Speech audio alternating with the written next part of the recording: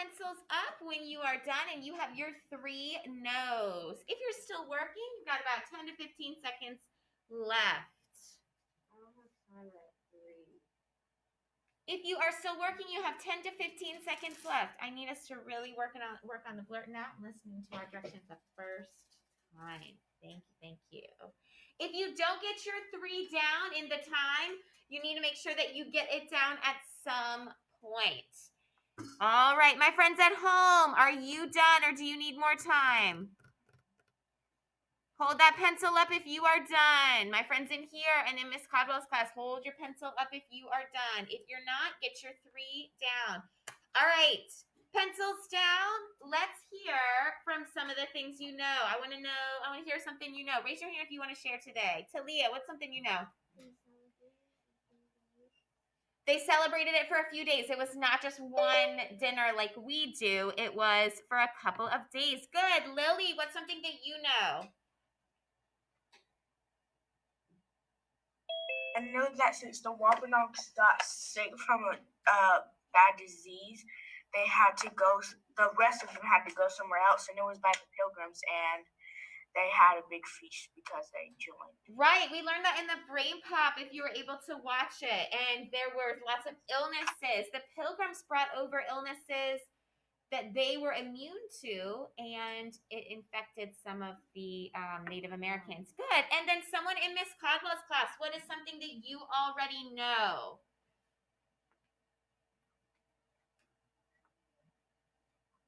And if it's something, this is an opportunity for you guys to still write down your 3. Turkey is a popular food nowadays for Thanksgiving.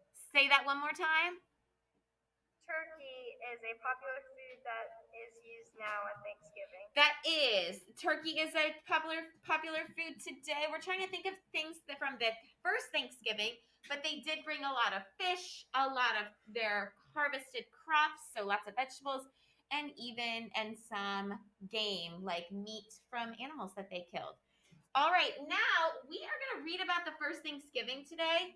So I want you to write down one thing that you don't know yet that you hope to learn today. At least one, if not 2 things that you are wondering. Please write that down now. Go. About anything or the video? About the first Thanksgiving, because we are going to be reading about the first Thanksgiving today in our book. So what is something you are wondering about the first Thanksgiving? Sebastian Cameron.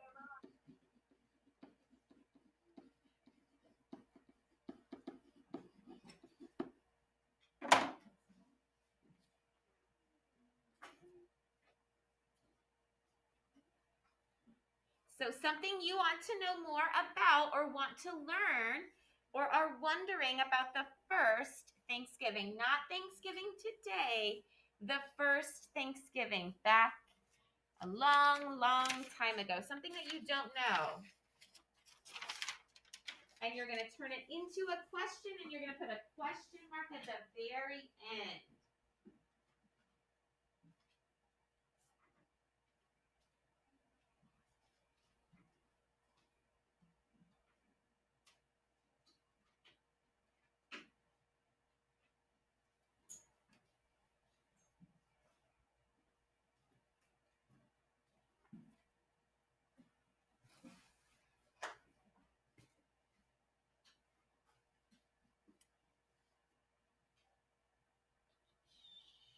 Show me with your fingers how much time you need. 0 minutes or 1 minute. My friends at home, pencils up if you are done. All right, Kendrick, what do you want to know about the first Thanksgiving? When was it celebrated? When was it celebrated? Did anyone in here have a similar question? Juan, what do you want to know about the first Thanksgiving? Oh, who was the first president to pardon a turkey? I think we read about that. That's going to be in the 1800s, though. We're thinking of the very first one. Jordan, something that you want to learn. How big were the deer to feed 90 people on like the... So how much food did they have that first feast? Because it fed all those 90, I think you said 90 people, and they had it for 3 days. 2 more. Braden. How much people were at the first? How many people were at the first Thanksgiving? Good. That's what you were gonna say too. And then Natalie, what are you wondering? Henry, I'll come to you right after. Natalie, what are you wondering? I was wondering, why was the first Thanksgiving so much different from the one today? Ooh, good question. Why was it so much different? Maybe we can do a little compare and contrast at the end if we're able to finish the book. I love that. Henry, let's end on you. Something you are wondering about the first Thanksgiving. I was wondering what food was the most popular. Ooh, very good. All right, so what I'm going to have you do now is we are going to start the book. You are going to get the opportunity to stop and jot down things you learn as we go, or more wonderings or more questions you have as we read. All right, so does everyone know you're doing the stop and jot at your own pace, okay? You need to have, by the end of the lesson though, you need to have 5 stop and jots. Everybody hold up 5 fingers. Some of us are missing some fingers. Hold up 5 fingers. Put that away. Thank you. So you need to have how many, everybody? 5 stop and jots. So you're going at your own pace. I'm not going to say, okay, 4th grade, now let's stop and jot. That's something you're going to be doing, okay? So Which section is not to be in? that would be in the learn. And then you can do any other wonderings on your own. If we don't finish the book, I do have it on the daily schedule. It is an epic book, okay? And I might do some of the reading myself, and I might do some of the reading from Epic.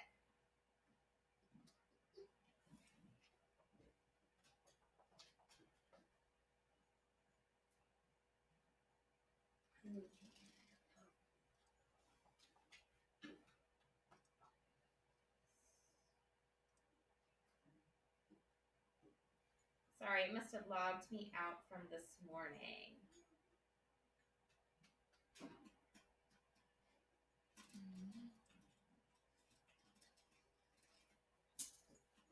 And as you guys know, raise your hand if you use Epic in here. Sometimes, yeah, it is a great. No, like at home, like if you guys use Epic, it's such a great resource. In 7th We grade? might have used it a lot in your other. We've had it up on the daily schedule the whole time. I'm sorry that my computer is so slow. It's like a tortoise. It is like a tortoise. Okay. Slow and steady ones, very spring. In this case, we're not racing. We have teeth.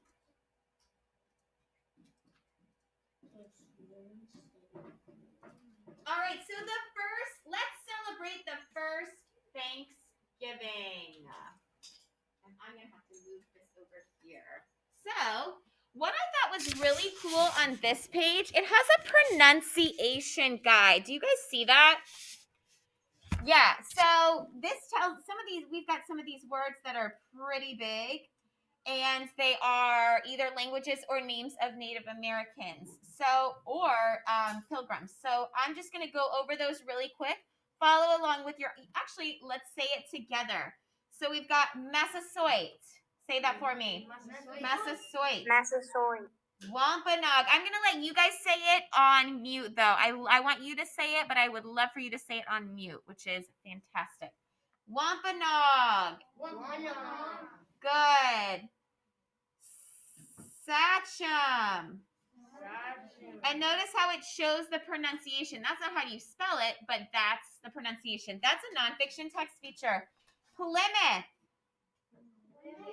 That's the old spelling of Plymouth, and this is the new current day spelling of Plymouth.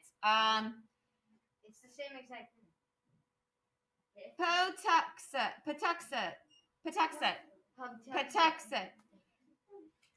Samosoit. And Squanto. All right, so these are words that you're going to hear in the text, and now you know how to say or pronounce them. All right, so let's get started. And if you see any nonfiction text features, just keep them in the back of your head. Massasoit was chief of the Wampanoag. Each Wampanoag village had a leader called a sachem, but Massasoit was a chief sachem of all the villages. So that was like the leader. He was wise and a powerful leader. Massasoit must have been worried when he heard that about 100 English settlers had come to his land. And you guys can see that picture, that illustration there. And then this, it looks like a photograph, but it's not. It's a photograph of a statue. Okay, next page. It was November of 1620, so that's when they came over. When the settlers first arrived on a ship called the, say it with me, Mayflower. You read about that in the Scholastic. What nonfiction text feature do you see right here, Ryan? An italicized word. The Mayflower, the name of the ship is italicized. Very good. They want that to stick out to you, right? The ship dropped anchor off the coast of land that is now part of the state of Massachusetts, all the way up. I'm going to show you, my friends at home or at school, I'm going to show you Massachusetts in a little bit. Some of the people on board the ship were called pilgrims. They had come to this land to find freedom, so they didn't have freedom back in England. Others who traveled with them were also hoping to find a better life. So they took this ship for months. They probably took 4 to 5 to 6 months to come all the way to the New World here in America. And they landed where? Where did they land? Present day, what state? Massachusetts. Yes, Ryan. Who was Massasoit the leader of? I can't go back and I've got to keep moving, okay? So How many months? What? How many months? Probably about 4 to 6 months they were on the ship. Yeah. Long time. All right, we've got 2 illustrations, correct? For weeks, the pilgrims searched for a good place to settle. One time, arrows were shot at them. They fired back with their muskets. You guys know what a musket is? No. A musket is a gun. That's a musket is just it's a long gun that they used back then. No one was hurt, but everyone was worried. The Wampanoag were worried about the English settlers. The English were worried about the people they called, say it with me, everybody, even my friends at home, the Indians. Finally, the pilgrims found a good harbor at the place named Plymouth on their map. What nonfiction text feature do you see on this page that's different than an illustration? Someone in Miss Caldwell's class, what nonfiction text feature do you see on this page that really helps me to see where they were? Ataya said a map. A map. Good. That is a great nonfiction text feature. It shows where Plymouth is. I'm just passing it around so you guys can see because you can't see online. All right. Don't forget, you've got to have your 5 stop and jots, and then you can include any other wonderings that you have. Next page. After November came December. Sorry. The season of winter began. And Massachusetts is really far up near like New England. It's past New York. What do you know about the northern states? What do you know, Bryson? It snows a lot. It's so cold in the winter. And like Braden lived in Connecticut. It's really cold. It's dreary. It's windy. It snows a lot. The winters are very hard. They're brutal. The season of winter began. Winter at Plymouth was black and white. It was dark and damp and cold. The gray of hunger and sickness arrived, and tales of sadness were told. All of this is what? Italicized. Good, Addison. It's kind of like a little poem, isn't it? At Plymouth, the Pilgrims found land that had already been cleared. They did not know that the land had once been a Wampanoag village called Patuxent. The settlers continued to live on the Mayflower while they built a common house. It would be used as a storehouse and as a church. And it shows you that picture right there. So where did they live? Logan, where did they live while they were building their little village? Where did they sleep? I slept in like those little thingy, well, whatever they're called. No, not yet. They're still building their village. Where did they have to sleep? Look And at the those screen. teepees. No, I'm talking about the Pilgrims. Oh, no, that's a different color. Yeah, they had to sleep on their ship, on the Mayflower. So they're still on their ship. And do you think a wooden ship is comfortable to sleep on? No, it is not. No. All right. After December came January and February. We're still in the winter months, aren't we? The Indians must have wondered how the settlers could possibly survive the winter. They had traveled too late to plant crops. They did not have time to build warm houses. In the coldest days of winter, the settlers almost ran out of food. Most of them suffered from terrible sickness. Only 6 or 7 out of 100 remained healthy. The rest were either sick or even what? Dead. Yeah. So that's like what is 100 minus 7, everybody? 93. 93. So that means 93 people that came over from England were either dead or sick. Pretty crazy. All in like 2 months. They were kept busy by taking care of all the others. The common house was used as a hospital. So originally it was going to be like a store and a church, but now it's become a hospital. Before the sickness was over, almost half of the settlers had died. So about 50 of them had died, because half of 100 is 50. Later, I know, goodness. Later, a pilgrim named William Bradford wrote about this time. He said that those who took care of the sick showed true love for their friends. If the Wampanoag watched the settlers, they watched silently from a distance. Chief Massasoit knew how terrible sickness could be. Sometimes entire Wampanoag villages were wiped out because of sickness.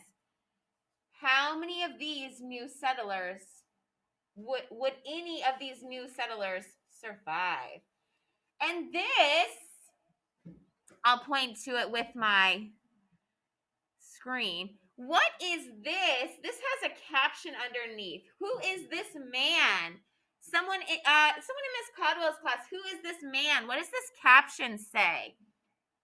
I know you guys can't really see it, but it says William Brad. Yes, that caption shows that this is it looks like a picture of a photograph of a statue of William Bradford. Because did they have cameras back then? No. So we're not going to have any photographs from back then. We're going to have photographs of statues or villages, and we're going to have illustrations. All right. Make sure you are getting your stop and jots in. My friends at home, you are going to show me your chart at the end of the lesson. And you guys can see we've got someone tending for a sick child or a sick person here. After February came March, the season of what comes in March? Spring. So do you think things are going to get better? Yes. I'm hoping, right? It's getting warmer. You can start to plant crops in the spring. Spring was painted a soft, new green for the colorful flowers Earth sends. The season of hope arrived at last. It came in the shape of friends. So sends, friends. So these are poems. They're little poems about the different seasons. And what do you notice in the illustration? We've got our Native Americans and our Pilgrims, and it looks like they're almost what? Shaking hands. That seems like a good thing, doesn't it? There is not a caption there for us. In March, the first Indian visitor walked into Plymouth. So we're going to read about what's happening here. His name was Samoset, and he surprised the settlers by greeting them in English. So he was able to speak English so they could communicate with each other. On his third visit, Samoset brought a Wampanoag friend named Squanto. Raise your hand if you've heard of Squanto before. Squanto is a big name in the first Thanksgiving. Yeah. Who spoke even better English. So we know that both Samoset and Squanto speak English, and that's probably why they sent them over, didn't they? Many years before, Squanto had been captured and taken to England. Oh, wow. There, he had learned to speak English. When he finally returned home, he learned that all the people of his village had died from a terrible illness. Squanto now told the settlers that Chief Massasoit himself was coming to visit them. That is a big deal. I would definitely stop and jot something down that we just read. So we now know that Squanto was actually captured a long time ago by other Englishmen, taken all the way to England, and he learned how to speak English. They then brought him back years later, and what had happened to his entire village? Jordan, what had happened to his entire village? The entire village, like, went away. The entire village, all the people had died from illness, from sickness. And down here in this illustration, the caption says, I can't see it on this screen. Samoset visits the settlers, and then this is Squanto. So this is Samoset visiting the settlers, and this is Squanto. All right. I am actually going to have you read the next page, the next 2 pages on your own right now. Are you guys able to see? No? I'll put myself on mute. I want you guys to read the next page on the next 2 pages right in front of you on your own, and I want you to do a stop and jot. I need one more. Thumb up if you know what you're doing right now on your own. Good. Get started reading.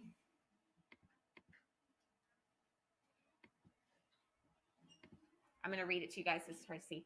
Massasoit, the chief sachem of the Wampanoag, came with 60 of his people. So we got him and 60 people. Remember, you're doing a stop and jot for this. He had decided to make peace. These settlers were weak, remember, because most of them were sick, but they had powerful weapons. These settlers could help his people. He could help the settlers. Massasoit looked splendid. The mulberry red paint on his face, you can't really see it, but his face is painted red, showed he was an important leader. He wore a turkey feather in his hair. Around his neck hung beads of white bone. His coat, leggings, and moccasins were made of animal skins. All right, so think about what's happening on this page, and I want you to jot something down that was important from this page. I would love now you should be jotting something down that's important from this page on the learned side. What you just read. This is a big turning point. I need one more stuff. Have you done the one for just now? I'm looking. Okay. This is a big turning point for the Pilgrims and for the Native Americans. So something you thought that was important on this page. I'm going to call on 3 friends. I'm going to give you about 30 seconds.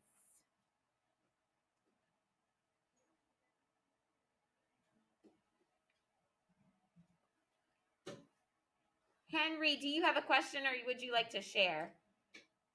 No? Okay. All right. Let me call on someone online first. Aiden M., what's something that you think is really important on this page? That the chief of the Wampanoag came with 60 people. Yes, I agree. That is Massasoit came and he brought 60 people. Did he come out of anger or out of peace? Peace. Peace, very good. Someone in here, what's something else that you found very important on this page? You wrote the same thing. Ryan, what's something you found important on this page? The settlers were weak, but they had powerful weapons. Yes, they were both kind of scared, a little scared of each other. The settlers had powerful weapons like guns, and the Native Americans were kind of scary the way they looked. The Chief Massasoit had red all over his face. And then someone in Miss Caldwell's class, something else that you found important on this page.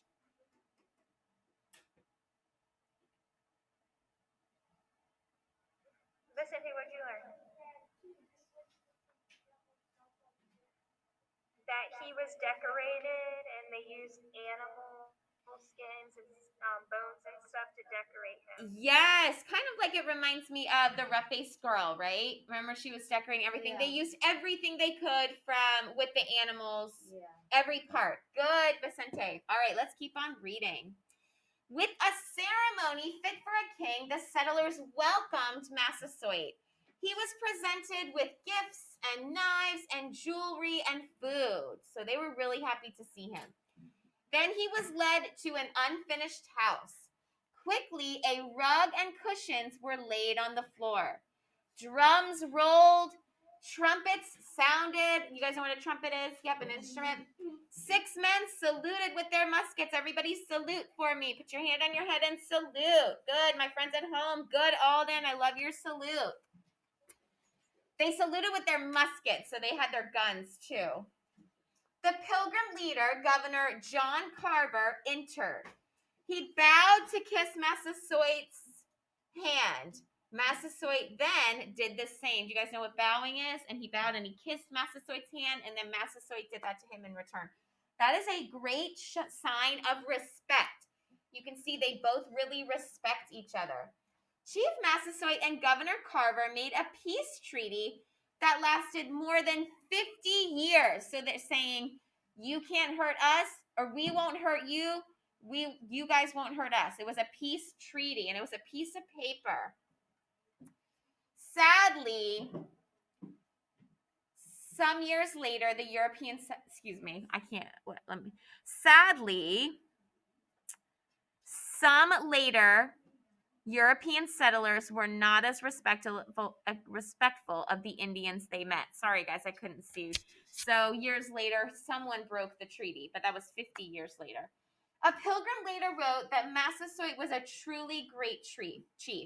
He ruled by reason, not by force. He always told the truth, and his word could be trusted. What is a character trait for him? He could always be trusted. He's very what? Trustworthy. Does anyone have another one? You can just say it out loud. Trustworthy. I'm thinking of a word that starts with an L. True. Loving. Not loving. You're on the right track. Loyal. Loyal. He was very loyal. If he said he was going to do something, he did it. All right, my next page. After March came April and May. Squanto decided to stay with the settlers at Plymouth.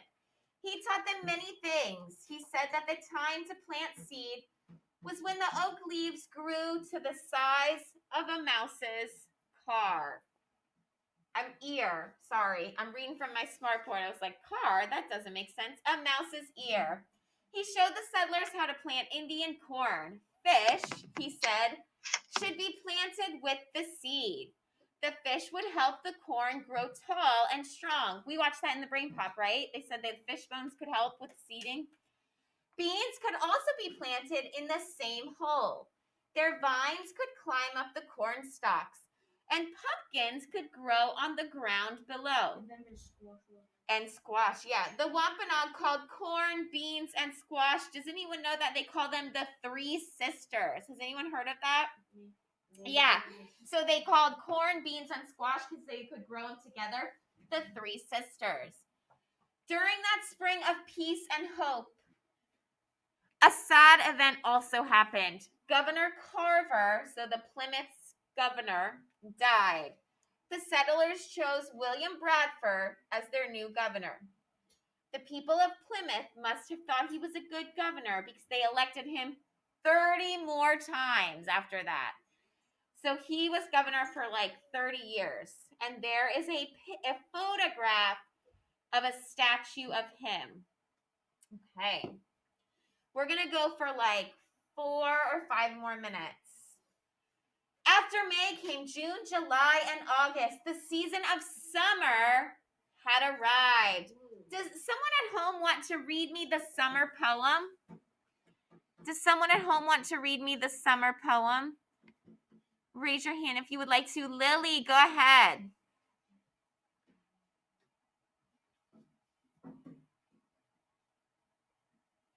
Lily, you're on. Oh, yeah, mute. Lily, you're on mute. Thank you. Summer brought play. Is the Plymouth. one.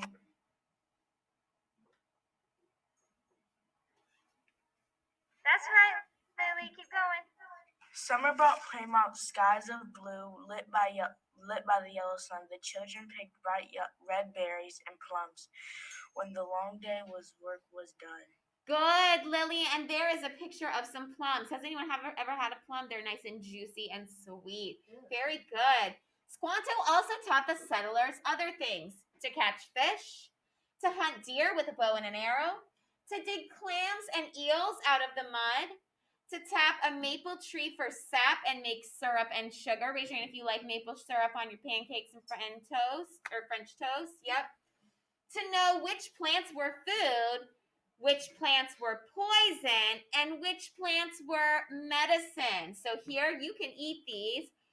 Don't eat these. You could get sick or die. And then these could be used as medicine. Very, very smart. Did they use their environment very well? The land? Yes. Very knowledgeable. The settlers worked in their fields. They finished 7 houses built with pine boards and thatched roofs. So it's kind of a roof like this. Pines are like pine trees. They made beds, benches, stools, and tables. They dipped candles and made soap. And the children worked hard, just as hard as their parents. So they put the children. So you guys, if you were in the village, you would be working too. But on Saturdays, the pilgrims neither worked nor played. They went to church. So they were very religious. After August came September and October. Now the season of autumn, or what we call fall. Autumn was russet and golden and brown, like the ripening fields of corn. The Indians and settlers were helping each other and a shared Thanksgiving was born. So now we're getting to the Thanksgiving. Finally, the last harvest was brought in. The seed brought from England had done poorly, but the Indian corn harvest was excellent. The settlers would have plenty of food for the coming winter. So the seeds that they brought from England did not work, but everything that the Native Americans or Indians showed them did work. Make sure you have one of your final stop and jots. Governor Bradford decided it was a good time for a celebration. They would have a Thanksgiving festival at Plymouth. Chief Massasoit, of course, would be invited. The settlers were very grateful to him and all the Wampanoag people. So they wanted to have like a little celebration or festival and invite them. Chief Massasoit certainly would have understood why the settlers wanted to have a Thanksgiving festival.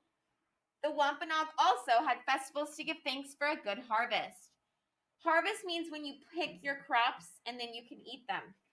During these harvest festivals, the Wampanoags feasted, danced, held contests, and played games.